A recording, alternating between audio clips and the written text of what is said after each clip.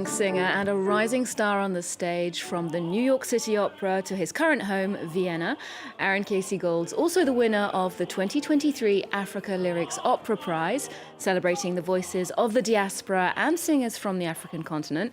He joins us fresh from a string of concerts here in France. Aaron Casey, welcome to the show. Thank you. Thank you very much. Now, this prize, this tour, is designed to shine a light on young talents like yourself. What does it mean to you to be recognized by this sort of initiative?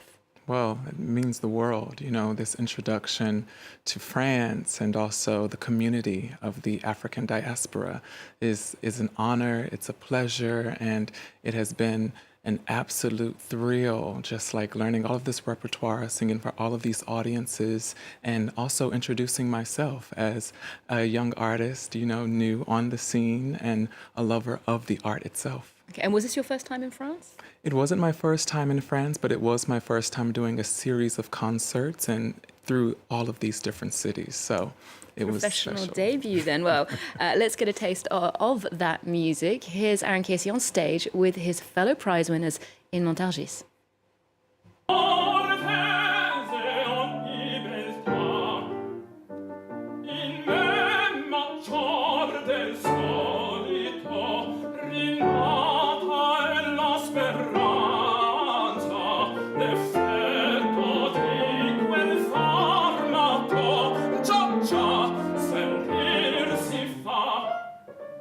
So the repertoire for these concerts has been really quite diverse. You have Mozart, Verdi, Eric Satie, but also 20th century classics like Gershwin and contemporary African composers too. I saw a Senegalese musician, Ismail Lo, on the bill there. Was African music something you were familiar with growing up? Was that part of your musical education? Not at all, and doing this concert really introduced me to not only the dialects, but also the different way that the music is composed for these different African regions. It's been special, I am from America, and gospel music, which is derived from the African diaspora as well, is something that I'm familiar with. But this was something different. But I managed to pair that with my American music literature and knowledge that I have known and grew up with, and it's been amazing. Yeah, the blend of influences seems to be the really strong point here. Now, while African music might just be starting to feature more on prestigious European stages, classical European music has long been taught and performed by African artists, although the struggle for many young hopefuls is accessing the cultural infrastructure that arts like opera require. Togolese soprano Clémentine Ayofuni is one of the star singers who's overcome that challenge, building a successful career in her home country. Charlie James takes a closer look.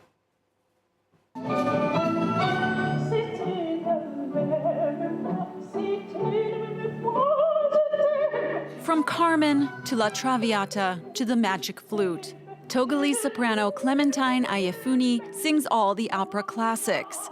30 years after her debut in a church choir, she has become one of Africa's greatest classical music voices.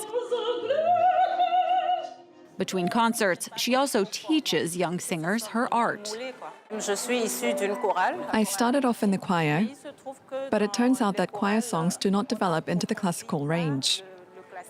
So from time to time, we schedule exercises and for my performances as well, before I come on stage. Today, the public understands more and more that our efforts are not in vain. Many people are beginning to take an interest in classical opera, even though we still have a long way to go. It's a valuable introduction. Classical art conservatories are rare on the continent, and Togo doesn't have a teaching structure adapted to opera. Learning to sing often happens through churches. There isn't enough support for young people who want to pursue a musical career. To help us reach the required level, we have to do all the work ourselves.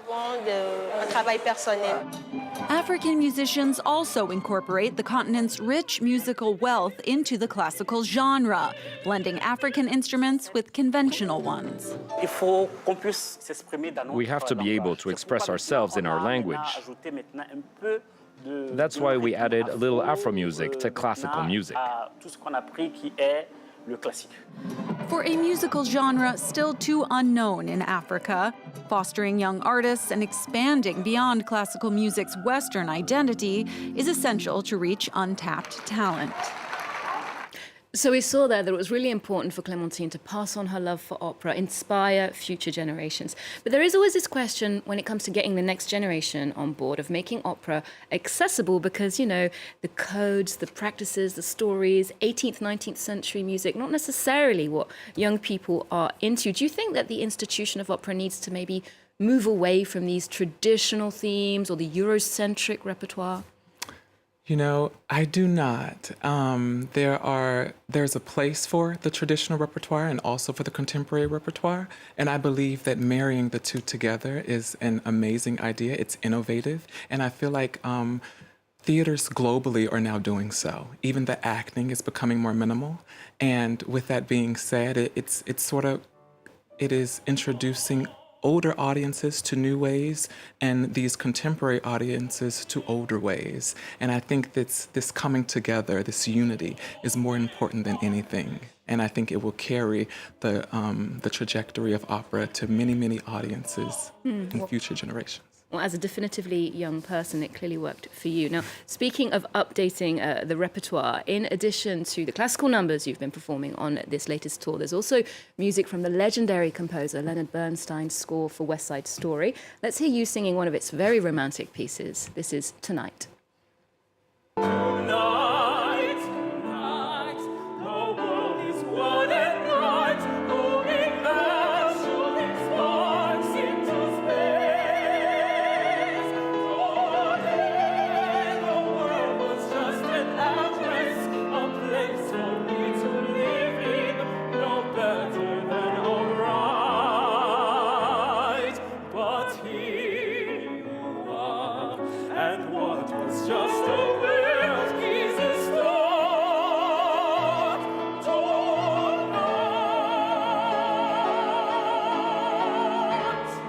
Singing alongside the wonderful Marie-Laure Garnier there. Now, speaking of love stories, I hear that you've been developing another modern opera, which is set in 1980s New York in the drag ball scene. Now, in the ball culture, these performers are often organized in collectives, groups called houses, and this one's named House of Legendary, I think. Tell us about the story. What can we, hope to see there? Yeah, well, Dee Legendary, she is the mother of this house, and she has children, and she is like grooming them to be, legends in the ballroom scene. And in this production, she falls in love with a man that she isn't supposed to fall in love with. He is a cop, and he is also he's a Caucasian, and it's gonna bring a lot of trouble, and she knows that, and she actually ends up having to kill him in self-defense. So it's very dramatic, but it's also funny. It's fun. It's very sassy, and I enjoy portraying this character. She's quite three-dimensional, and it's a joy. The music is fun. Joseph Rubinstein is the composer, and Jason Kim respectively did the collaboration of the libretto.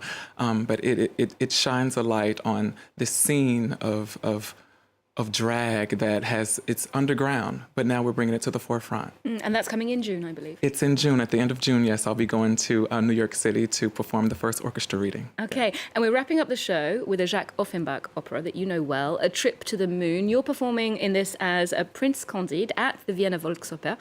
Tell us about the mood of this opera, what you enjoy about singing your character's role. Yeah, Prince Caprice. He's a very fun, optimistic young guy, and he has seen the world, and now he is being introduced to, something otherworldly. He's seen everything that the world has to offer. Now he wants to go to the moon. So as he goes to the moon, he meets people, and the people on the moon don't know about love. He teaches them about love. They teach him about life on the moon, and then they bring this unity, the same unity that we were saying about the contemporary and traditional.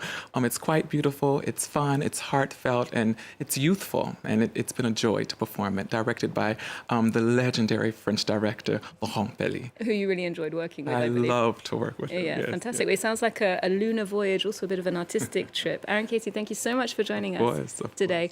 We'll leave you with Offenbach's Trip to the Moon, directed by Laurent Pelly at the Vienna People's Opera. Do check in with us next time on Arts 24. There's more news coming up just after this.